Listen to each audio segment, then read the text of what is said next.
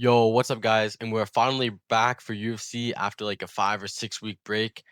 Um, we got a great card, UFC 324, and you guys already know I'm gonna do a full card breakdown and prediction. So I'm not gonna waste any time, and let's get straight on to the first early prelim of the night. For the first fight of UFC 324, we have Ty Miller taking on Adam Fugit. Adam Fugit, he's been in the UFC for quite a couple years since 2022, and he has a losing record of 2 wins and 3 losses, and is being finished in all three of those losses. He was knocked out by Michael Morales, got guillotined by Mike Malott, and then just got knocked out in the first round in July. And I really don't think this guy is that great, to be honest. Like, he had a split decision win to Josh Quinlan, where that fight was actually pretty close. I thought Josh Quinlan just won that, but Josh Quinlan is not good either. Um, the guys he are fighting is not great. He has a win over a 6-3 Yusako Kiniyoshita. Don't really know him, I'm gonna be honest, and has a win over a 11-6 Solomon Renfro, who is not even in the UFC anymore. Let's look. Those were his 2 wins. Like, these 2 wins he has are against. Oh, sorry, that Solomon Renfro. That was in the LFA right before UFC. But his 2 UFC wins are to Josh Quinlan and Yasuku Kinishita, and Josh Quinlan's not even in the UFC anymore either. Like, yeah, I don't think Adam Fugit is that great at all, to be honest.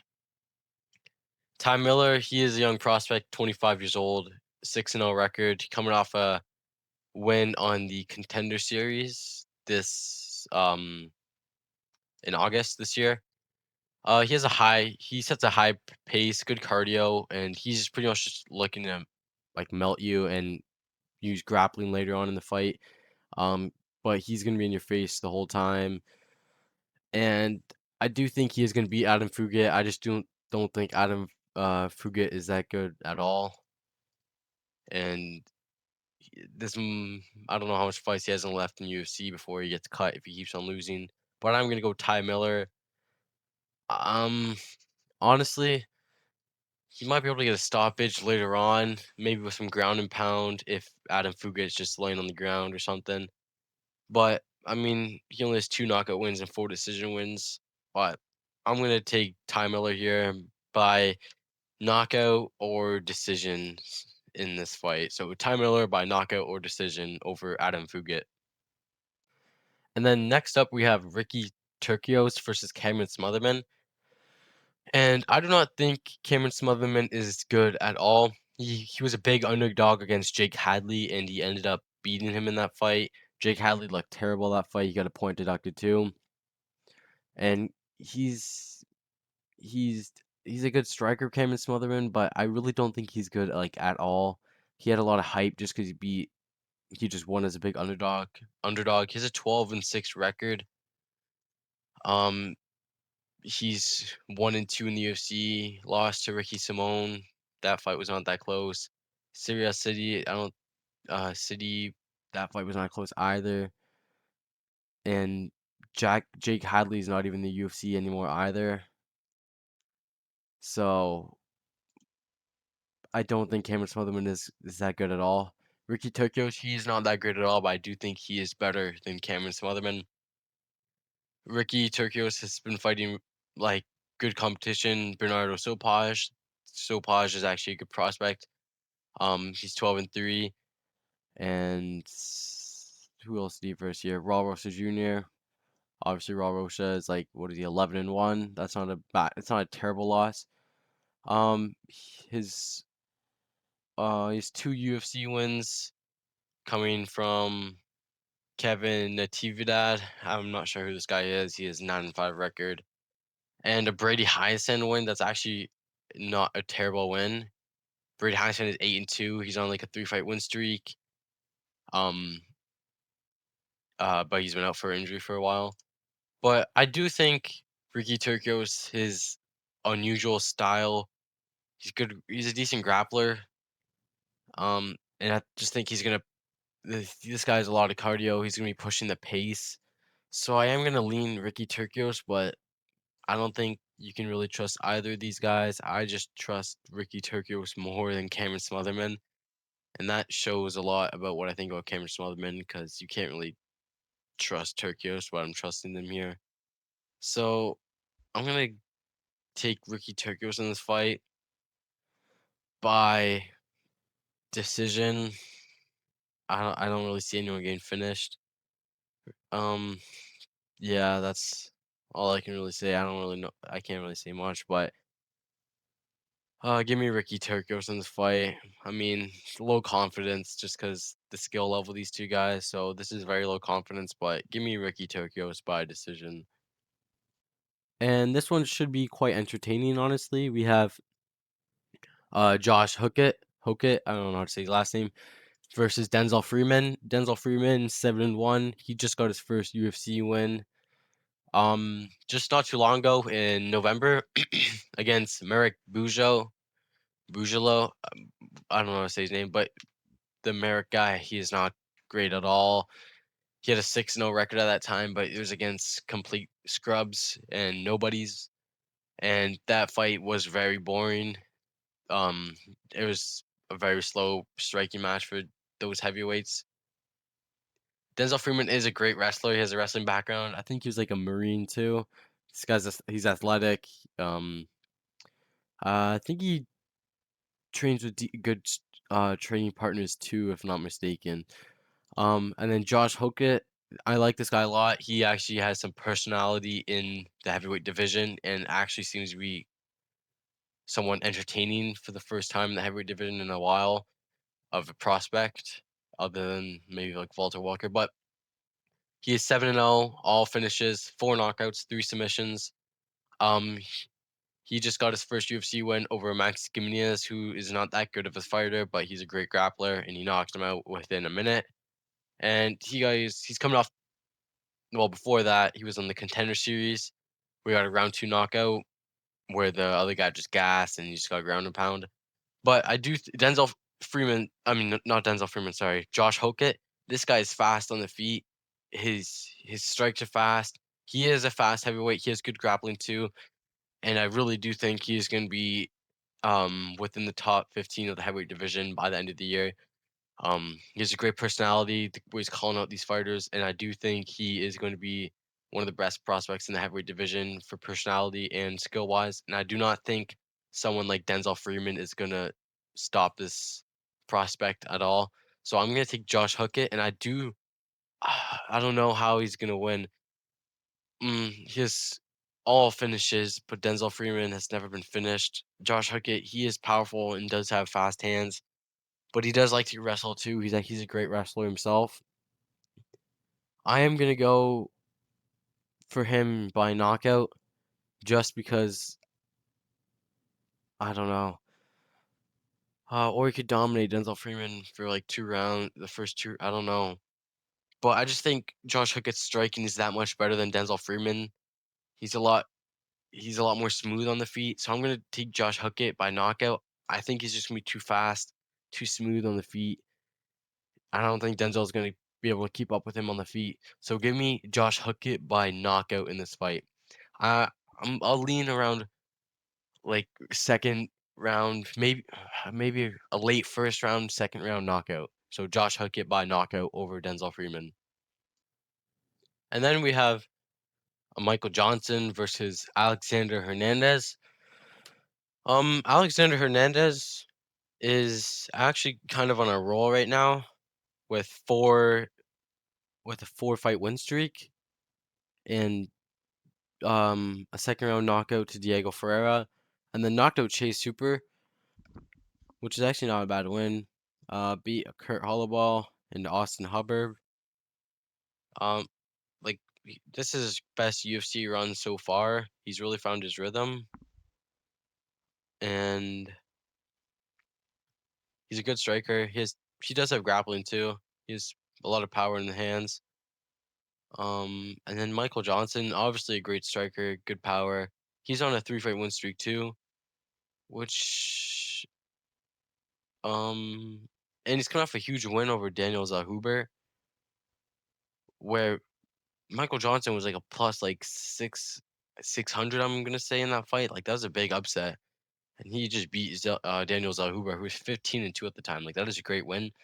But I do think it is Michael Johnson is due for a loss, and I do think it's gonna be against Alexander Hernandez.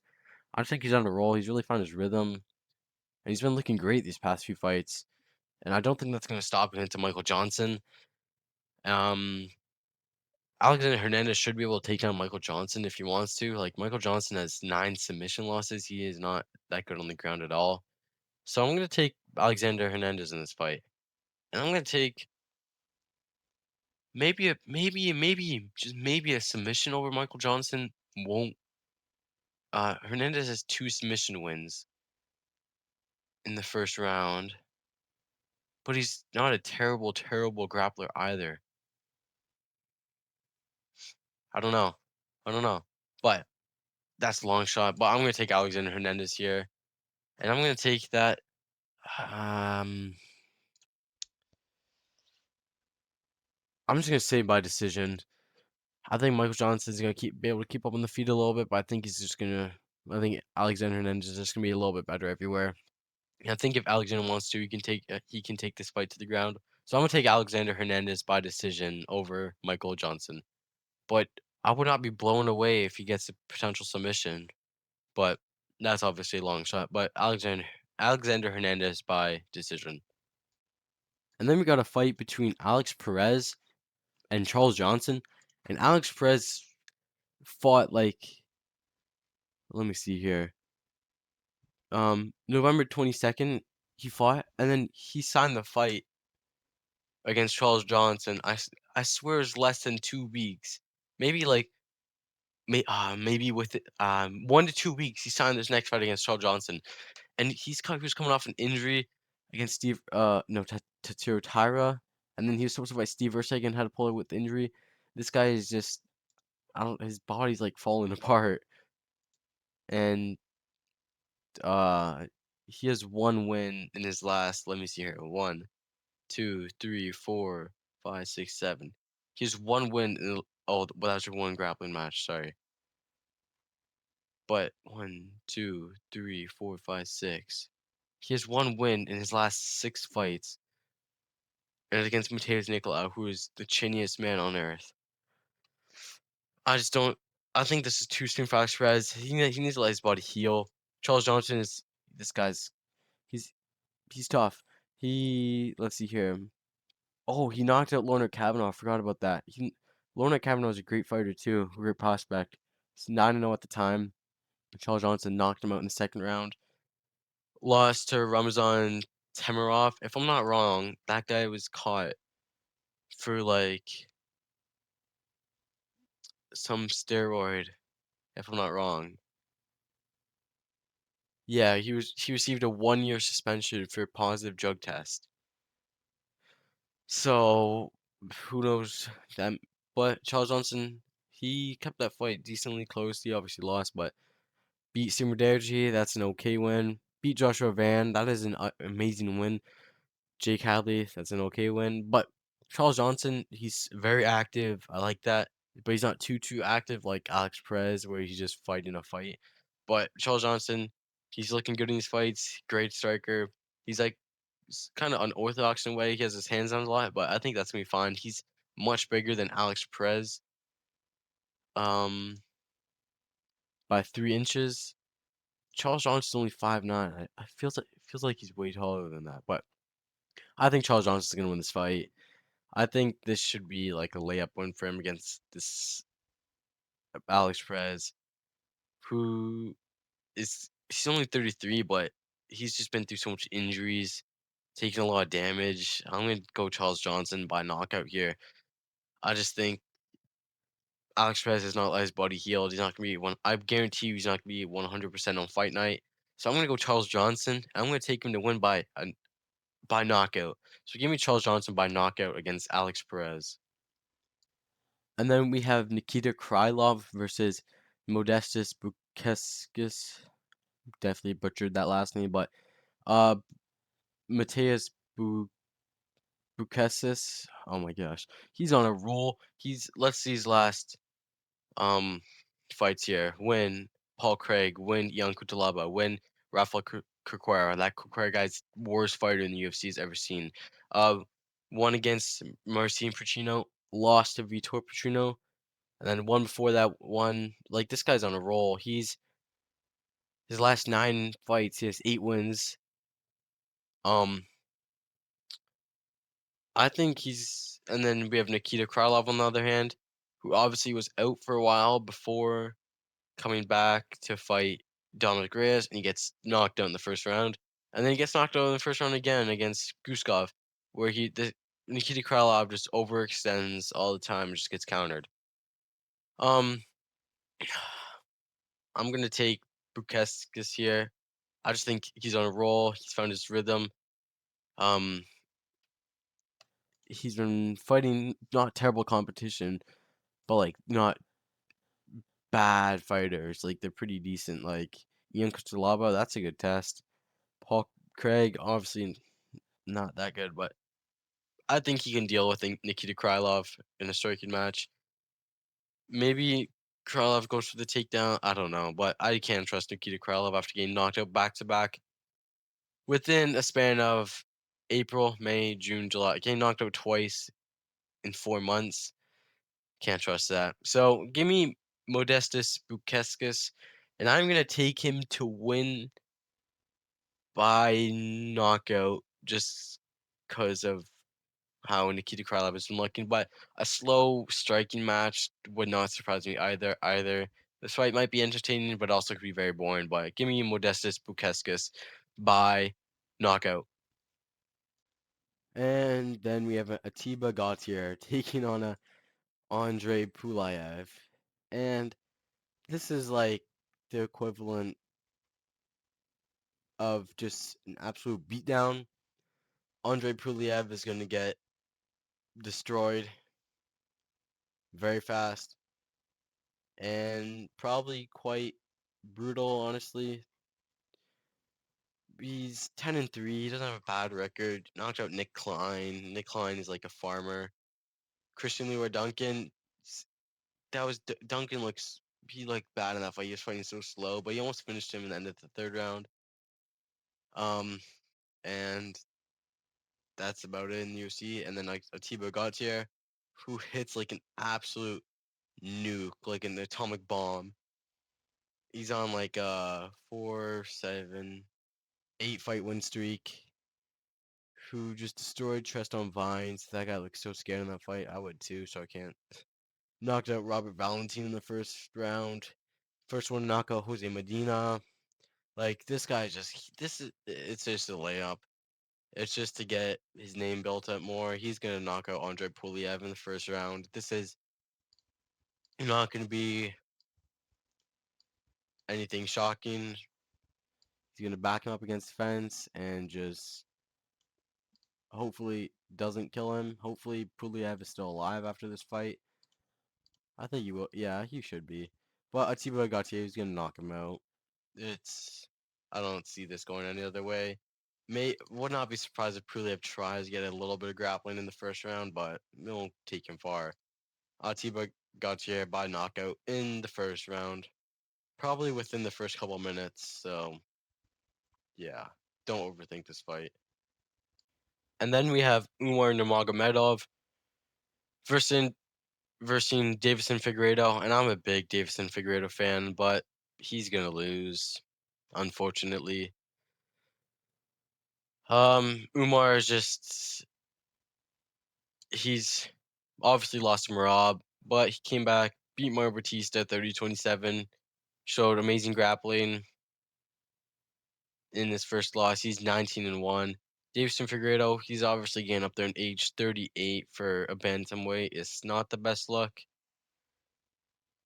But he beat Montel Jackson. That's a good win. Then had an injury before that against Corey Sandhagen. And then before that, he got dominated by Peter Yan, which kind of made it a little better that Peter Yan not destroyed, but beat Marab. But I still think Umar is going to dominate this fight. He's gonna be too fast for Davison. Davison Figueroa likes to take his time on the feet. Like he likes to look for this one punch, but Umar's just gonna be picking away at him. One thing though, Davison has like the slight chance to win. Umar has been hurt in his fights. He got hurt against Mario Batista. Um, what was the other fight? He got hurt. He got dropped against Beck Almacan. That's what it was in the first round. If Davison lands like a counter right hand or something big, he could knock Umar out. He has a path of victory there, and he has a path of victory with the guillotine. But other than those two, I do not think he wins this fight. So I'm gonna pick Umar here, but he has shown that he can be chinny. And Davison has crazy power, so when you put those two and two together, it leads to a Davison knockout. But that's obviously a what if. I don't think it's gonna happen. So I'm gonna take Umar in this fight by decision. I think it's gonna be. I'm gonna guess 30-27 all across the scorecards. But I am excited for this fight. I'm excited to watch Davison Figueiredo against an Umar. But I'm gonna take Umar to win this fight by decision. So yeah. And then we have Arnold Allen taking on Gene Silva. Gene Silva obviously got knocked out against Diego Lopez by a spinning elbow, but before that he was just destroying everyone. Bryce Mitchell, Melsik Bagdasharian, Drew Dober, Charles Jourdain. Arnold Allen, he hasn't been too active as of much. He's coming off a win against Giga Jakadze and lost to Moser before that, but that was a pretty close fight. And Max Holloway obviously lost that fight. And Calvin Kattar before that, and a knockout over Dan Hooker over that. I think Gene Silva is going to run through Arnold Allen. I do think he was looking really good at Diego Lopez fight in the second round until he got caught by a spinning elbow. And I don't think he's going to, I think he's going to look, after that loss, I think he's going to look much scarier in the octagon, like in a good way. Like he is going to hurt Arnold Allen pretty bad, I think, in this fight. And I think he's gonna I think he should be able to knock out in Arnold Allen. Although Arnold Allen is tough, I don't think he's ever been finished. Let me see here. Yeah, has never been finished. But I do think Gene Silva is still one of the best prospects in the featherweight division. And I think he's gonna take easy work of Arnold Allen. Maybe if it's a decision, I maybe like 30-27 or 29-20 Gene Silva, but that's if it gets there. I think Gene Silva is gonna look great, comeback, a strong comeback performance for sure. I think he's gonna have. So I'm gonna take Gene Silva in this fight. Yeah, I'm not sure by knockout or decision, but give me Gene Silva. And then we go to the UFC Women's Flyweight division between Natalia Silva and Rose Namajunas. Natalia Silva, great striker. She has like this karate, I think it is. The style karate. She likes her side body kicks. She's fast on her feet. She has very good takedown defense too. And she does have a ground game too, actually. She has more submission wins than knockout wins. I never knew that, actually. I'm actually kind of surprised at that. She's on a huge tear. She's, like, oh my gosh, how much wins in a row does she have? 1, 2, 3, 4, 5, 6, 7, 8, 9, 10, 11, 12, 13. And these are against good people too. Alexa Grasso, Andrade, Vivian Araujo, Jasmine Jasavicius. Um, she's obviously she's on a roll right now, and then we have Rosa Nunez, 14-7. She is so boring to watch. Oh my gosh, I can't even. Miranda Maverick. Miranda Maverick's not that great. She is decent wrestling, I guess. Aaron Blanchfield. Rose is up 2-0 in that fight in the first two rounds and then loses a 48-47. Come on. Tracy Cortez. I think I actually fell asleep during that fight. Um, Amanda Ribas. That was one of the greatest fights of all time. I don't even remember what happened. Then was then lost to Marin Foy before that, and I just don't. I just think Natalia Silva is in her prime. She's gonna beat a Rose Namajunas. Rose is gonna be boring. I'm a big Rose hater. Don't ask why. I just am. So I'm gonna take Natalia Silva here, and I'm gonna take her by decision just because women's fight. Don't think Rose is gonna get finished. So yeah, 'cause she's only been knocked out once and submitted once. She does have a decent ground game, and she's a decent striker, but I just don't like her style at all. So I'm gonna take Natalia over here by decision. I'm gonna say 327 and maybe a 29-28. And then we go to the men's heavyweight division. Waldo Cortez Acosta taking on Derek Lewis. And Waldo Cortez Acosta is saving the heavyweight division. He's super active. He's winning these fights. He knocked out Ante Delija in like a really weird fight where he just eye poked and the ref stopped the fight and then it resumed and they knocked him out 10 seconds later. Then takes a short notice fight against Shamil Gaziev and knocks him out in the first round. Um, this guy's on a roll, and his only recent loss is to Sergey Pavlovich.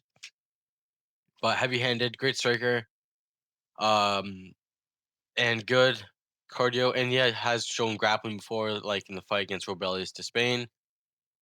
But he's good, active. I like that. And then Derek Lewis, obviously, just an insane amount of power. Knocked out Taliesin Teixeira in the first 35 seconds. And before that, Rodrigo Nascimento knocked him out too. But I think Waldo Cortez is going to win this fight, and I think he's going to knock out Derek Lewis. I think he's going to be the more polished striker, the more patient guy, the more athletic guy, and I think he's going to be able to see. He's going to be able to see these right hands from Derek Lewis. And I think he's going to be able to counter pretty well too. So give me Waldo Cortez Acosta in this fight against Derek Lewis by knockout. And for the co-main event, we have Sugar Sean O'Malley taking on Song Yadong. Song Yadong, coming off a win against Henry Cejudo. Song Yadong is a good striker. He does have a little bit of grappling too, but mainly striking. 9 knockout wins. He is um he has a lot of decisions, 10 decision wins. And he's a pretty good fighter. There's better fighters, but he could be a lot worse. He has 11 wins in the UFC with 3 losses. Sugar Sean O'Malley, obviously a great striker, long. He's like a sniper on the feet. He has power too. Obviously, his kryptonite Merab Dvalishvili is the reason he lost his last 2 fights, but he is not versed in Merab Dvalishvili at all. He is versed in Song Yadong, and he is going to win this fight. I think he's really outstruck Strong Yadong. I bet you Song Yadong's gonna be bloodied up after this a little bit. O'Malley's jab and it's down the 1-2 down the middle is gonna be hurting Song Yadong. So I'm gonna go with Sugar Sean here. I don't think he's gonna knock out Song Yadong. Maybe he will. I'll be a little bit surprised, but I do think he is going to win this fight. So give me Sugar Sean O'Malley by knockout or decision. And we were supposed to have Kayla Harrison versus Amanda Nunes, but that fight is off. So we go straight to the main event between Justin Gaethje and Paddy Pimblett for the vacant light weight title. Pretty sure it's vacant. Yeah. Um, Justin Gaethje, hard leg kicks. He is a brawler. He fights very violently. The one thing I do have a personal opinion about Justin Gaethje is that he has overrated power in his hands. As we can see, when was the last time he knocked out someone with his hands? Let's go in fight by fight. Rafael Fiziev, decision. Holloway he got knocked out. Just before he won by knockout, there's a head kick. Rafael Fiziev, a majority decision. Lost to Charles Oliveira. Beat Michael Chandler by decision. Lost to Khabib. And finally, he got a knockout with his hands against Tony Ferguson in 2020. I do not. He obviously has power. I just don't think it as good. is as good as everyone makes it seem like. This guy, he was like a D1 wrestler, but it does not look like it at all. I don't think he has that good of a ground game at all. He got submitted within the first 30 seconds of being on the ground with Charles Oliveira. Obviously, it's Charles Oliveira, but um, and he has been finished in all of his losses. Paddy Pimblett, he is an okay striker. He is vulnerable to getting hit. Um, he's on a roll in the UFC, 7 wins, 0 losses. The one thing I love about Paddy Pimblett is his ground game is absolutely amazing. It is high level. Whether you like Paddy or not, you cannot deny that his ground game is high level. He beat the brakes off Michael Chandler. That was a great performance of Paddy Pimblett. One thing about Paddy, he's not versus greatest competition. Submitted King Green in the first couple minutes, and then beat Tony Ferguson, who's obviously on like a 100 fight losing streak. But I think I'm gonna go with Paddy Pimblett here. I do think his striking is good enough to stay alive on the feet with Justin Gaethje, but when the fight goes to the mat, it is gonna be Paddy Pimblett all day. He is going to unleash ground and pound on Justin Gaethje. If Justin Gaethje gives up his back, gives up an arm, gives anything for Paddy Pimblett is going to choke him out. Um, this might be a close fight on the feet, back and forth. Second fight gets a mat, Paddy's gonna win. I think Paddy's just gonna show complete levels to MMA on the ground. So I'm gonna go with Paddy Pimblett just to destroy him on the ground. By he can win by knockout if he wants. He can win by submission if he wants on the ground and pound, or he might submit it with a rear naked choke or something. But I am gonna go with Paddy Pimblett all day here. He is smart enough to take this fight on the ground. He has decent takedowns, but once he gets him down, Justin Gaethje is not going to be able to do much at all. So I'm going to go with the younger man by 6 years, 31 years old. He's entering his prime. Justin Gaethje is 37. I'm taking Paddy Pimblett all day in this title fight. So, and new lightweight champion of the world, Paddy the Baddy Pimblett by knockout or submission in this fight. All right, guys, that is my UFC 324 breakdown and predictions. It's been a while since I posted. Been having a lot of stuff to do, busy, but I'll be back for the recap and the UFC 325 breakdown and predictions. So stay tuned. Don't forget to like and subscribe. Thank you guys so much for 500 subscribers. It's been crazy. I don't know how we got that much, but I appreciate all you guys. So I'll see you guys in the next video next week.